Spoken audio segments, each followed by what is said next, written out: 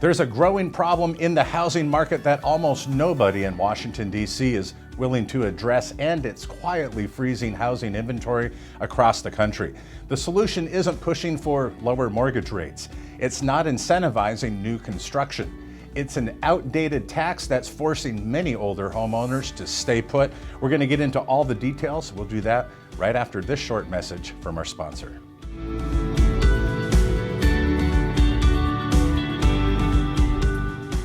Liberty Reverse wants to help you grow your reverse mortgage business with our proprietary Equity IQ product suite. Equity IQ gives your borrowers access to more funds, lowers their upfront costs, and expands eligibility for home purchases.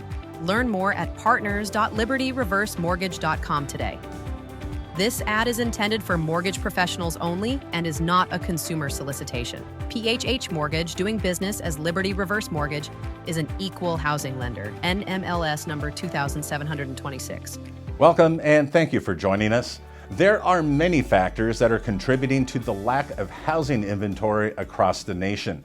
Most have been debated over the last 2 years as we've seen affordability erode to historic lows. But there is another factor which is getting far less attention in the media. The federal government has failed to update the capital gains tax exemption on the sale of one's home. And that's a policy, by the way, that has not been updated since 1997.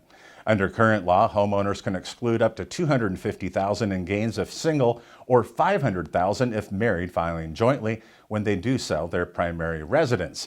And that may sound generous until you realize that those limits, they were set nearly 30 years ago and they have never been adjusted for inflation. Now, back in 1997, the average home price was about $145,000. Today, home values have more than tripled in most markets, with a median home price now hovering about $398,000. And as a result, millions of homeowners, especially older homeowners who have lived in their home for many decades, they're now sitting on gains that will exceed those limits or exemptions. Economists call this the lock-in effect. Homeowners will delay or just simply not sell because doing so will trigger a significant tax. And in today's market, it can be significant. As Realtor.com economist Daniel Hale noted, a decision to sell the home could mean a hefty tax bill for longtime homeowners whose gains exceed those exemptions. In fact, research suggests that nearly 1/3 of homeowners may have already exceeded those exemption limits, and that number is expected to rise. Now, if you are enjoying today's episode, please consider giving us a like. It really does help us attract more viewers here on YouTube. So what do? They stay put, or more often, they stay put until death, passing the home onto their heirs with a stepped-up tax basis. And while many are quick to blame baby boomers for tying up housing inventory, what they're overlooking is the role that the outdated capital gains policy is playing in incentivizing older homeowners just to stay and age in place rather than sell and right size. And that oversight or lack of legislative willpower is contributing to the very supply problem that policymakers claim that they want to fix. Interesting. Analysts warn that today's outdated exemption is creating what some call a capital gains cliff, and that's keeping homes off the housing market and restricting mobility for workers. Recently, commentary also pointed out that many older Americans are staying in larger homes, not because they need them or by choice, but to avoid taxes. That often leads to deferred maintenance and the gradual property deterioration in a home that's not well suited for aging in place. And the result? Fewer homes are available for the younger home buyer, and we also have reduced mobility, for workers and slower turnover across the housing market.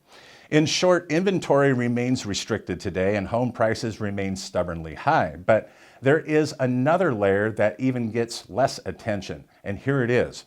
When a homeowner sells and realizes a very large capital gain, that gain increases their taxable income, and for retirees, that can trigger higher Medicare premiums through what is known as the IRMAA, or the income-related monthly adjustment amount. Here's one example. A retired couple who bought their home for $200,000 in the late 1990s sell it today for $900,000.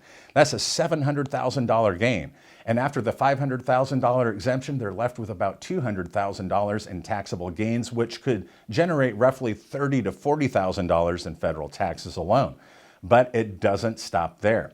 That same gain is counted as income, which can push them above the Medicare IRMAA threshold. And as a result, they could see their combined monthly Medicare premiums, that's monthly, increase by roughly $600 to $1,000, adding another $10,000 to $20,000 in cost over 1 to 2 years. So now the decision is to sell is not just about moving, it's meaning a total financial impact of $40,000 to $60,000, and even more in states with income taxes. So now the decision isn't just, do I pay capital gains? It becomes, do I take a tax hit and trigger a temporary spike in my Medicare cost? And that's a powerful incentive to do nothing. Housing and policy experts are increasingly calling for reform, yet Washington has done little, if anything, to address this issue. Some experts have suggested to double the current exemption up to $500,000 for single individuals and $1 million for couples. Others propose indexing the exemption amount to inflation going forward, or even eliminating the capital gains tax on the sale of a primary residence altogether. There is also proposed legislation, such as the More Homes on the Market Act, that specifically target long-term homeowners by increasing their exclusion. But the logic is simple. Reduce the tax friction, and then you unlock inventory. So why hasn't this been fixed? If the problem is apparent, why has nothing changed since 1997? There are several possible reasons. The first is revenue. Increasing or eliminating the tax exemption would mean less federal income, which is a tough sell for a federal government that is ever increasing its spending. And second are equality concerns. Some critics argue that increasing the exemption would disproportionately benefit higher wealth homeowners with larger gains, even if they're middle class. And third, complexity. Indexing gains to inflation would add another layer of complexity to an already complicated and bloated tax code.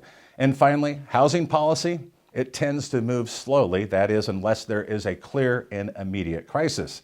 And ironically, we're already in one. So here's the bottom line.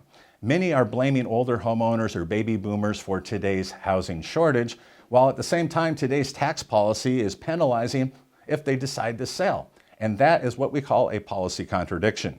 And until it is addressed, a significant portion of housing inventory will remain locked in place. And it's not because older homeowners are unwilling or don't want to move, but because they can't afford to. And for those of us in the reverse mortgage and equity lending space, this is not just a policy story, it's an object lesson how outdated tax policy impacts behavior. Because when the cost of selling a home becomes prohibitive, staying and strategically tapping home equity may become a logical choice. What are your thoughts? You can leave your comments in the comment section below. And if you'd be so kind as to share today's episode on your LinkedIn network, we always appreciate that. We do have a YouTube channel. Be sure to subscribe. That way you never miss any of our latest content. If you'd like to catch up on reverse mortgage news each week, we've made it very easy in our weekly podcast, Heck'em World Weekly. We have both an audio and a video edition. Listeners can listen and subscribe on Apple Music and Spotify. Thanks for stopping by and joining us, and be sure to return every Monday for more reverse mortgage news, commentary, and analysis you'll only find right here at Heck'em World. Have a great week.